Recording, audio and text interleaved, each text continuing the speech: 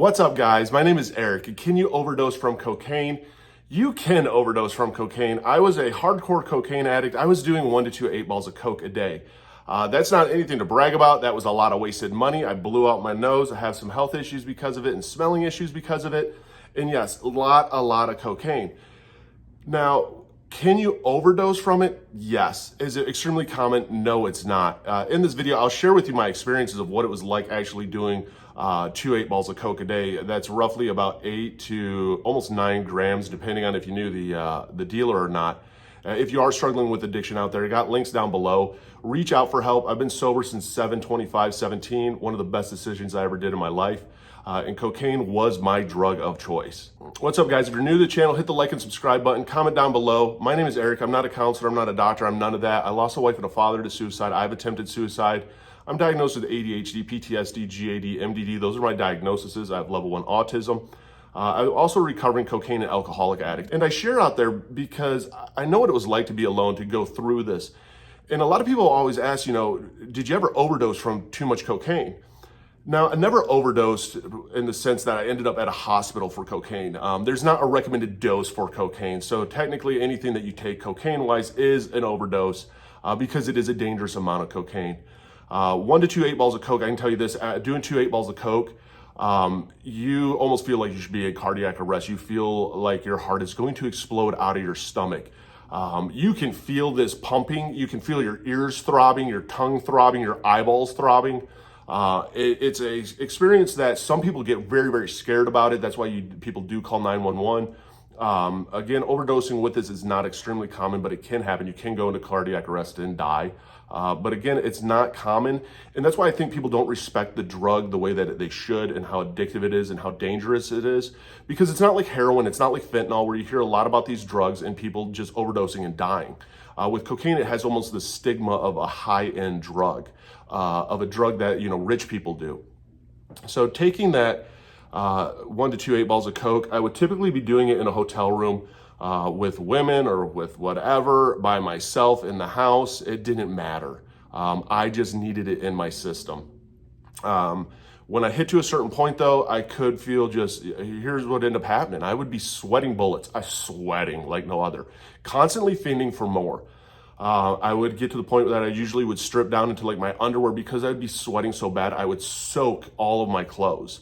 That would come from also a rapid high heart rate. I would feel my heart beating out of my chest. I would feel my ears throbbing. I would feel almost the sense of hearing was off. Everything was a little bit of a wow feeling. It threw off my vision. My vision would get very blurry. Everyone looked almost cartoonish to me. Everyone's eyes seemed bigger than what they were. Perception on everything was very, very thrown off. You hit a point where that Superman high turned into this whole perception of reality is off high.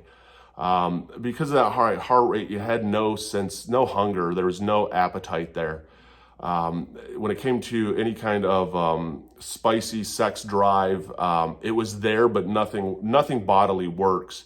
It's hard enough just to, your whole organ down there is pretty much almost numb. So trying to go to the bathroom was a bit of a challenge. It put you in this place where you're almost comatose, energetic, and want to just explode and sleep all at the same time. It made me, at certain points, a little bit hyper, and I could feel so much fluctuating with me, and so much of it was based around my heart rate with it. The thing with coke is, it's hard to do a lot of it because your nose does get clogged. You have so much sinuses that are dripping down, moisture in your nose, whatever it's cut with is clumping up in your nose. So now you're having trouble breathing. So you do hit to a point where it is actually even difficult to do the drug, which thankfully it was. And when you hit those points, it is worrisome. I mean, you're going through these moments. I can still remember of standing outside of a hotel, and I was with this girl I was cheating on my wife with because I didn't care as an addict. And this was back in 2000 and I want to say 17. And we were outside this hotel, and her face looked like a cartoon face. And she was talking to me, and I wasn't registering a single word that she was saying. And I just remember going, I don't like this feeling. I was scared. How am I supposed to drive home? How am I supposed to get home? My hands are shaking. My whole body is shaking because I had done so much cocaine at that time. That, the cocaine drug itself will override almost the feeling of alcohol. So you don't necessarily feel drunk. So you're going to drink as much as you want. It gives you massive dry mouth. So you have to have something liquid and fluid. And I hate to say it, but most addicts out there, you're not drinking water. So next thing you know, you're drinking alcohol. So you're even putting more chemicals and stuff into your system, and puts you to the point where you're pretty much comatose. And yet, as an addict, we thrive on that feeling. And even though you have these scary feelings where you literally feel like you're going to have a heart attack, your whole body is numb, your whole body is shaking, but you want to do more and you want to do it again. And this next time we do it, it's going to be different. And it's never different. That is what addiction is. And I don't think a lot of people understand is addiction is just that constant desire of almost like filling this gap in your soul.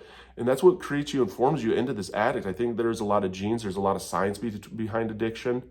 And cocaine to me was the scariest drug because that was the drug that I couldn't get enough of no matter what, even though I'm having these moments that, your heart is just pounding out of your chest. You're trying to sleep and you can't sleep as you're dripping sweat down and sweat's dripping in your eye. And people are going, what's wrong with you? And you're telling them that you have a cold. And some people actually kind of buy that, which is messed up. They probably don't even buy it. They just go along with it and pretend. But that is addiction and that is struggle. So you can overdose from cocaine. If you struggle with addiction though, get into a program. I mean, NA is a great program out there. It's a good program for anybody struggling with addiction, just to get around others, to start working on your sobriety, finding out what you're coping for. I found that I used cocaine as a big coping tool. My addiction was based around a lot of trauma and allowed me to cope with it, and it was a very unhealthy coping. Thankfully, I never killed anybody. I never did any bodily harm to anybody. But I did ruin a ton of relationships. I destroyed my life multiple times, rebuilt my life back up, destroyed it multiple times. And it's almost the definition of dumb because you just keep doing it, even though you know you shouldn't be doing it. And you know what the end result is going to be, but you continually keep doing it because this time will be different. That is the struggle of it. So if you're out there, you're struggling with cocaine, it is a very valid addiction. People out there will try to almost devalue cocaine addiction and say, well, I'm a heroin addict or I'm the... Great, an addict is an addict, and you can be addicted to substances, you can be addicted to electronics, you can be addicted to so many things. It's something that almost numbs us from this world and we use as a coping tool.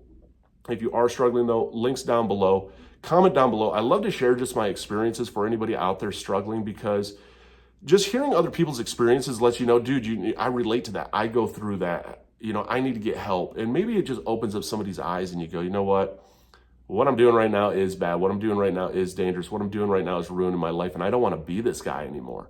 That's the point that I ended up going to, and when you finally hit that rock bottom point and you decide to get sober, everything changes. And trust me, life becomes beautiful again, even though it's scary as hell. So if you're out there struggling, reach out for help. Tell everybody you're an addict. Tell everybody you need help, and start taking it one day at a time, and you got this. Hit that like and subscribe button, comment down below. Love to have you along for the journey.